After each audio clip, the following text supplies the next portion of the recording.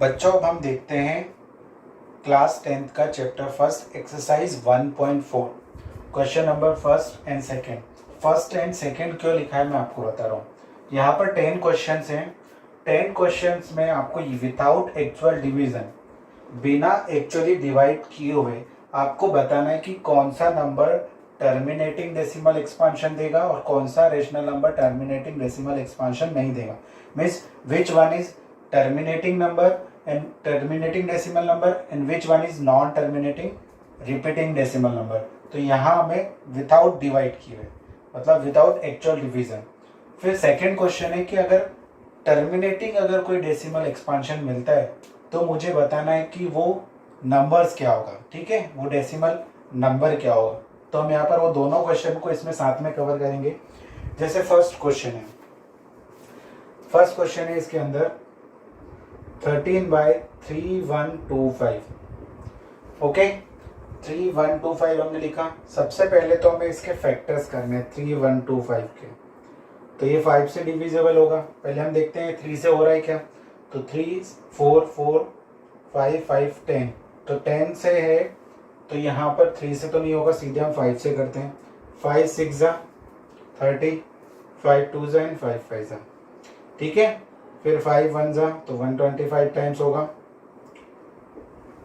Okay, then यहाँ पर 5 से मल्टीप्लाई करेंगे हम, सॉरी डिवाइड करेंगे,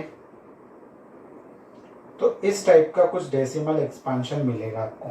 तो मैं इसको लिख सकता हूँ 13/1 2 3 4 5 5⁵5। तो ये टर्मिनेटिंग होगा अकॉर्डिंग टू कौन सी थ्योरम, 1.5 या 1.6 के। तो यहां अगर मैं 2⁵5 कर देता हूं, मतलब 13 इंटू 32, तो ये मुझे मिल जाएगा 10⁵5। मतलब जो डेसिमल नंबर्स मिलेंगे मुझे 5 डेसिमल नंबर्स के बाद ये टर्मिनेट हो जाएगा। कितने डेसिमल नंबर के बाद, 5 डेसिमल्स के बाद ये टर्मिनेट हो जाएगा।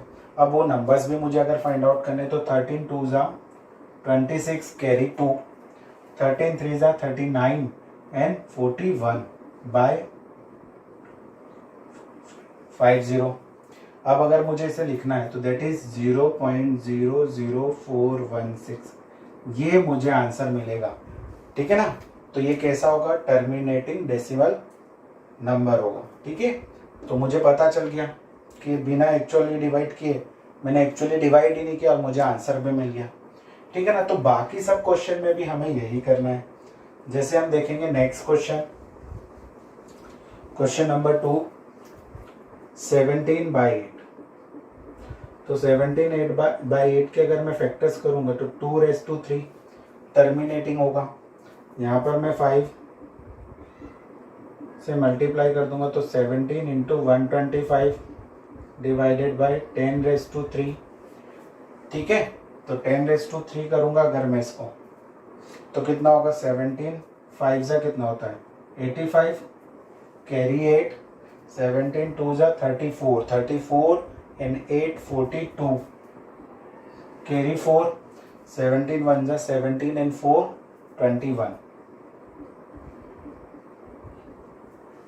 ठीक है, तो दैट इज 2.125। मैंने डेसिमल एक्सपांशन कितने के बाद मिलेगा, 3 डेसिमल के बाद ये टर्मिनेट हो जाएगा। तो हमारा 3 डेसिमल के बाद टर्मिनेट हो गया। ओके, डेसिमल के बाद आपको मीन्स पॉइंट के बाद आपको 3 डेसिमल्स ही मिलेंगे। ये यहाँ से ये पावर यही बताती है और यही हमारी थ्योरम भी है। थर्ड क्वेश्चन हम देखते हैं 64/455। तो यहाँ हमें देखना पड़ेगा डिवाइड करके कि यहाँ पर कुछ और तो नहीं मिल रहा है। तो हम यहाँ पर करेंगे 5, फिर 7 से एंड फिर 13 से। तो अगर मैं इसके क्यूब के अगर करता हूँ फैक्टर, तो 64/5⁵1 7⁵1 एंड 13⁵1। तो यहाँ पर क्या हो रहा है, कट भी नहीं हो रहा है किसी से। 7 से यहाँ पर अगर हम इसके फैक्टर्स करें 64 के तो कट भी नहीं होगा। तो ये किस टाइप का होगा, नॉन टर्मिनेटिंग रिपीटिंग। कैसा होगा, नॉन टर्मिनेटिंग रिपीटिंग, और ये दोनों तो कैसे होंगे, टर्मिनेटिंग।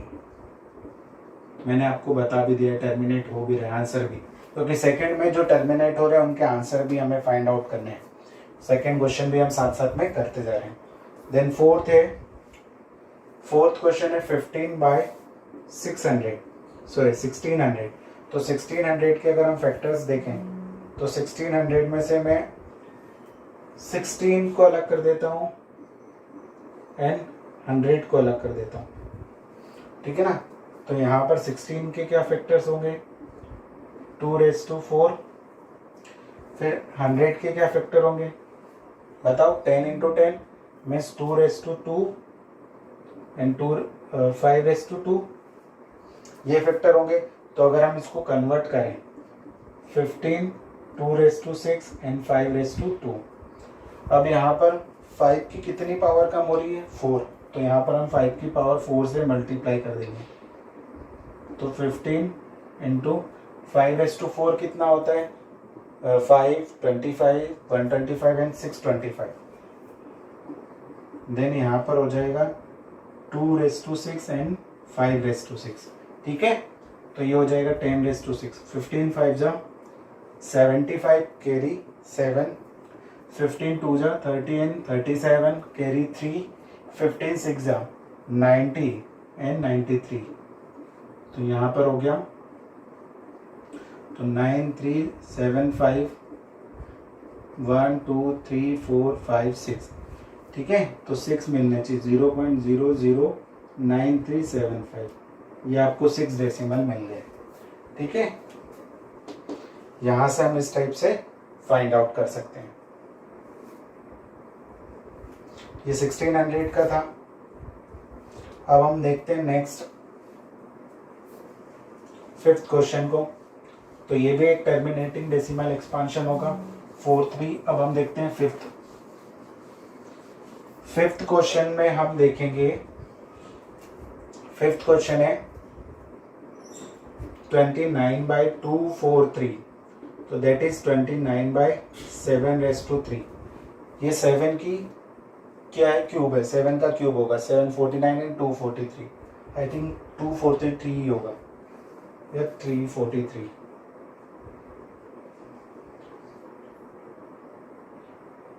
343 होगा। तो यहाँ पर 243 का नहीं होगा, 243 का हमें निकालना पड़ेगा।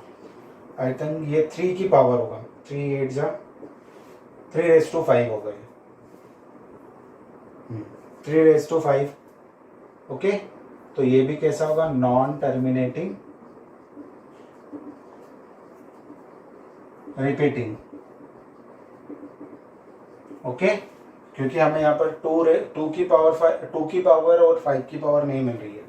देन 6 क्वेश्चन देखते हैं। 6 क्वेश्चन में आपको पहले से ही दिया हुआ है 23, 2⁵3, 5⁵3, 2। तो ये तो टर्मिनेटिंग होगा, देख के ही पता चल रहा है, क्योंकि जो डिनोमिनेटर है वो 2 की पावर या 5 की पावर है।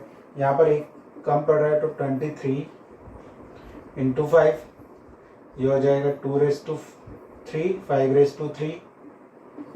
अब यहाँ पे करते हैं तो 15 11, दैट इज 10⁵3, तो 0.115 होगा ये, ठीक है ना, टर्मिनेटिंग होगा।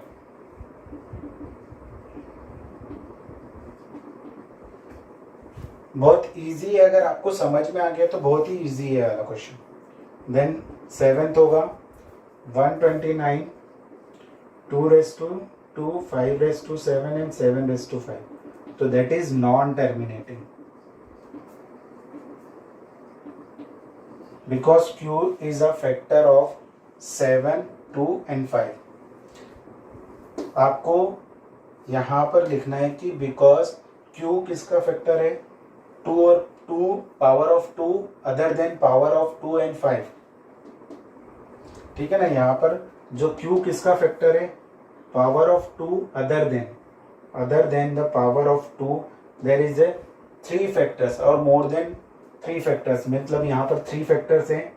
पहले आपका फैक्टर होना चाहिए 2 और 5 के अलावा एक और तीसरा फैक्टर है जो यहाँ पर हमें दिखाई दे रहा है, ठीक है ना। 2 और 5 तो फैक्टर होंगे ही होंगे, साथ में 7 भी यहाँ पर फैक्टर है, इसलिए हम ये बोलेंगे कि नॉन टर्मिनेटिंग होगा। अब हम देखते हैं 8th क्वेश्चन। 6/15, ठीक है ना। तो इसके फैक्टर्स करेंगे तो 6/15 में हम 3 × 5, तो यहाँ पर ये कट शॉर्ट हो जाएगा। हमें पहले इसको को प्राइम बनाना है। क्या बनाना है? को प्राइम नंबर। अभी ये को प्राइम नंबर नहीं है, इनके बीच में 3 एज ए कॉमन फैक्टर था, ठीक है ना। तो अब हो गया 2/5, क्या हो गया 5, तो इसमें 2 का मल्टीप्लाई कर देते हैं, दैट इज 4/10, तो आंसर हो जाएगा 0.4, टर्मिनेटिंग होगा। आपको देखते से ही यहाँ पर ये नहीं देख लेना कि यहाँ पर 3 फैक्टर है, आपको पहले देखना है कि ये को प्राइम नंबर भी एक नहीं, क्योंकि हमारी थ्योरम 1.5 में और 1.6 में हमने देखा था कि ये दोनों को प्राइम होने चाहिए, कोई भी कॉमन फैक्टर नहीं होना चाहिए। यहाँ पर 3 कॉमन फैक्टर था तो वो कट हो गया, मतलब ये टर्मिनेटिंग है। आप 3 को देख के ये ना बोल दे कि नॉन टर्मिनेटिंग हो। अब हम देखते हैं, ये रब कर देता हूँ मैं, फिर 9 और 10 देखते हैं।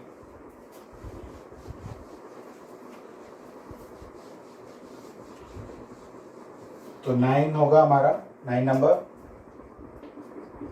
35/50, इसके अगर हम फैक्टर करें तो दैट इज 2, 25 बचेगा, 5/2, ठीक है। तो ये हो जाएगा। अब यहाँ पर मैं बोल सकता हूँ कि ये टर्मिनेटिंग होगा, तो 70/10^2 मीन्स 0.7, तो ये टर्मिनेटिंग डेसिमल होगा। फिर लास्ट जो क्वेश्चन है हमारा वो हम देख लेते हैं, 77/210, तो इसके फैक्टर्स हम करते हैं यहाँ पर।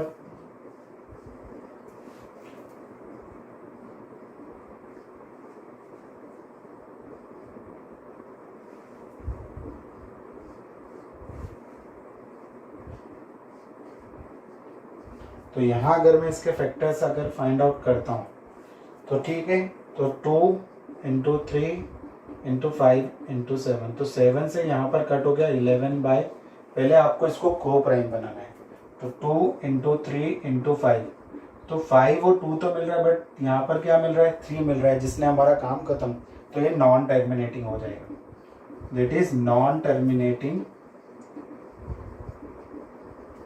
रिपीटिंग। इस टाइप से हमने आपका फर्स्ट क्वेश्चन और साथ साथ में सेकंड क्वेश्चन भी देख लिया, क्योंकि सेकंड क्वेश्चन में हमें आंसर भी चाहिए था कि वो डेसिमल एक्सपांशन क्या होगा, तो हमने साथ साथ में आंसर भी निकाल लिया। तो आपका फर्स्ट क्वेश्चन और फर्स्ट क्वेश्चन के ही आंसर सेकंड में पूछे थे, तो ये दोनों क्वेश्चन हमारे कवर हो गए। अब हम देखते हैं नेक्स्ट क्वेश्चन नंबर 3। बच्चों हम देखते हैं नेक्स्ट क्वेश्चन, क्वेश्चन नंबर 3। क्वेश्चन नंबर 3 है, the following real numbers have decimal expansion as given below. यहाँ पर 3 नंबर दिए और उनके डेसिमल एक्सपांशन दिए। In each case decide whether they are rational और नॉट। आपको तीनों केसेस में दिखाना है कि वो रेशनल होंगे कि नहीं होंगे। अगर वो रेशनल है और p/q के फॉर्म में लिखे जा सकते हैं, तो p/q में ये q जो होगा उसके प्राइम फैक्टर के लिए आप क्या कहेंगे? हमें क्या बताना होगा कि q के प्राइम फैक्टर्स क्या क्या होंगे। तो देखते हैं, फर्स्ट क्वेश्चन है हमारा। तो फर्स्ट क्वेश्चन हमारा कैसा है? Rational number. सबसे पहले तो हम लिखेंगे कि एक रेशनल नंबर है, ठीक है। क्या होगा? एक रेशनल नंबर होगा, बिकॉज 43.123456789 कितने डेसिमल नंबर है after the point? Decimal numbers हम देखेंगे तो 43 1 2 3 4 5 6 7 8 9 मीन्स 9 0 है, तो 10^9 हम लिख सकते हैं। तो यहाँ पर हम बोल सकते हैं 4 3 1 2 3 4 5 6 7 8 9 2^9 एंड 5^9, मतलब Q क्या होगा? तो यहाँ हम लिख सकते हैं the factor of Q will be. हम डायरेक्टली यहाँ पर बोलेंगे कि एक रेशनल नंबर है, उसके बाद समझाने के लिए मैंने ये बताया, डायरेक्टली आपको तो यही लाइन लिखनी, the factor of Q will be either power of 2 और पावर ऑफ 5 और बोथ ओनली। तो देखो यहाँ पर हमें क्या मिल रहा है, या तो 2 की पावर मिलेगी या तो 5 की पावर या दोनों की पावर, उसके अलावा कोई और फैक्टर नहीं होगा, तो हमने बोल दिया कि ये टर्मिनेटिंग होगा। फिर सेकंड है हमारा, सेकंड कैसा है, देखो नॉन टर्मिनेटिंग और नॉन रिपीटिंग, इरेशनल नंबर होगा। तो क्या होगा, यहाँ पे लिख सकते हैं हम irrational number, because non terminating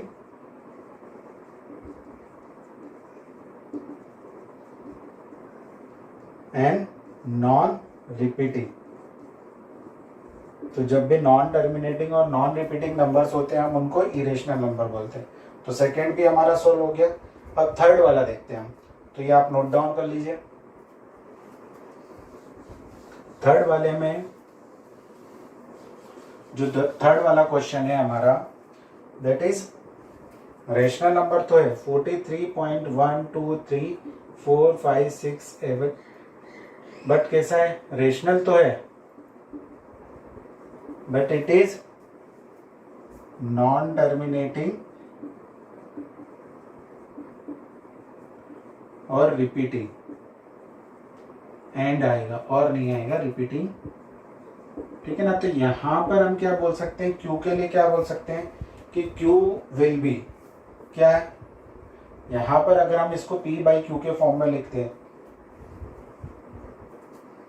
अगर हम इसको P बाई क्यू के फॉर्म में, तो क्यू के क्या बोलेंगे, तो यहां पर हम लिख सकते हैं the factor of Q will be other than the power of 2 और 5, ठीक है। तो यहां हम बोल सकते हैं कि अगर क्यू के फैक्टर करेंगे, हम इसको अगर P बाई क्यू के फॉर्म में लिखेंगे और क्यू के फैक्टर अगर करेंगे, तो वहां पर पावर ऑफ 2 और 5 के अलावा भी कोई और फैक्टर होगा, जिसके कारण ये क्या हो रहा है, non terminating repeating decimal expansion मिल रहा है। मतलब यहाँ पर 2 और 5 तो हो गई से नीचे डिनोमिनेटर, बट उसके अलावा भी कोई और फैक्टर हो सकता है, जिसके कारण ये टर्मिनेट में कन्वर्ट नहीं हो रहा है, non terminate, according to theorem 1.7। और इसी के साथ ही आपकी एक्सरसाइज 1.4 और आपका चैप्टर 1 खत्म होता है।